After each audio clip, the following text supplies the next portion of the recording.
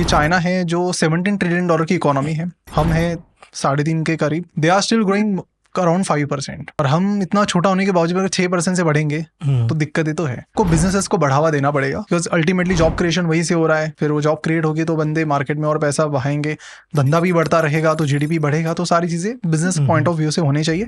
और दूसरा एक्सपेक्टेशन ये था कि जो टैक्सेशन है उसमें कुछ छूट वगैरह किसी को मिल जाए, आम आदमी को मिल जाए, बाकी चीजों को मिल जाए। तो एक चीज जो बहुत बढ़िया हुई कि सीधा मतलब ये किसी ने एक्सपेक्ट नहीं किया था कि इतनी ज्यादा सरकार टैक्स बचा देगी। टैक्स छोड़ना सरकार के लिए बड़ी बात होती है, तो वो छोड़ दिया। बड़ी बात। उसमें ट्रैक रिकॉर्ड की भी बात है कि हमारे एफएम का जो ट्रैक रिकॉर्ड है वो उतना कुछ नहीं था कि लोग वो एक्सपेक्ट कर पाए। लोगों ने ज्यादा था कि 10 भी हो गया तो बहुत बड़ा चीज हो जाएगी, लोग पॉपकॉर्न खाने में डरने लग गए थे। तो 12 हो गई तो मतलब things were out of control for middle class. But actually मेरे हिसाब से पॉइंट ये है कि मतलब इनकम टैक्स की अपने अच्छी बात है, बट इकोनॉमी में उसको बेनिफिट मिलेगा। लेकिन जो दो चीज़ें हैं कि बिजनेस में आप कुछ करो, जीएसटी एक ऐसी चीज़ है। देखिए इनकम टैक्स कितने लोग पे करते हैं इंडिया में, 2-3 करोड़ रुपए, 2-3 करोड़ लोग पे करते हैं। उनकी फैमिली को पकड़ के अल्टीमेटली मतलब उनको कलेक्ट करके हार्डली 6-7 करोड़। लेकिन जीएसटी सब लोग पे करते हैं, फिर वो गरीब से गरीब हो, अमीर से अमीर हो, तो वहाँ पर एक इम्पैक्ट आना ज़रूरी है। आपको क्या लगता है, एक बंदा है जो टैक्स छुपा के, टैक्स चुरा के या इनकम दबा के काम कर रहा है, तो एक तो वो व्यक्ति है, एक दूसरा व्यक्ति है जो खुले में टैक्स दे रहा है, कह रहा है जितना कमाऊंगा ओपन में दिखाऊंगा, फुल टैक्स दूंगा।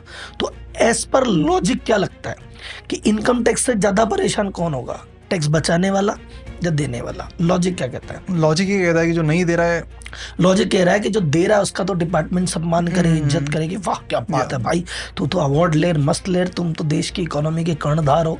लेकिन जो टैक्स नहीं दे रहा उस पर उतनी कार्रवाई नहीं है, वो तो फिर भी बच रहा है, चल रहा है।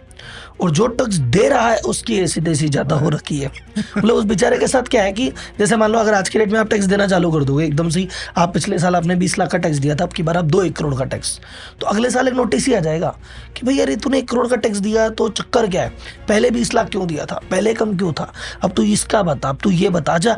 आप नजर में आ जाते हो, हाईलाइट में आ जाते हो। दोनों चीज़ों से दोनों साइड होना चाहिए। इंडिया में मुझे लगता है दोनों साइड वीक है। आप गलत करते हो तो आपको कुछ ज़्यादा होता नहीं है, ठीक है। हम जैसे बहुत सारी कंट्रीज की बात करते हैं वहाँ चीज़ें सिस्टमैटिक है, तो गलत करो तो वहाँ पर पनिशमेंट भी ज़्यादा है, अच्छा करो तो इंसेंटिव्स भी है।